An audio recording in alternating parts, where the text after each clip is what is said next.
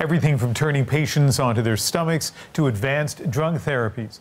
Among those, Remdesivir has been considered promising. Yesterday evening, the president received his third dose of Remdesivir.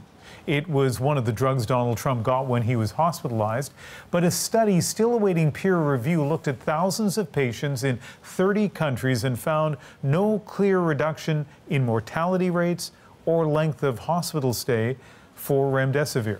That contradicts the findings of a study from the drug's maker, Gilead Science.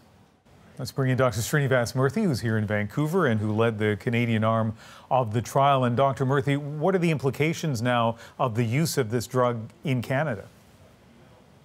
Yeah, it's a great question. So what we know now is that for all patients who are hospitalized, it doesn't reduce mortality, your need for a ventilator, or your length of stay. There may be a possibility of the less severely ill getting some benefit, and we're still studying that in Canada right now. So tell me a little bit more about that process. What will be happening among doctors across the country?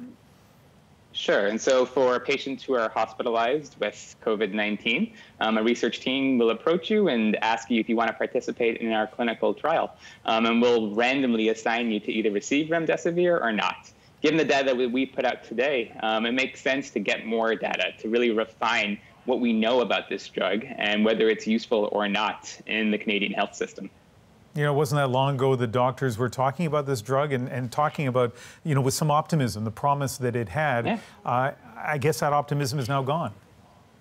Yeah, it had a ton of promise, and I was very optimistic myself at the beginning of the pandemic, and that's why we studied it in 5,000 patients around the world. Unfortunately, it did not live up to that promise, and we'll move on to the next drug to find something that works and helps reduce mortality for Canadians and people all around the world.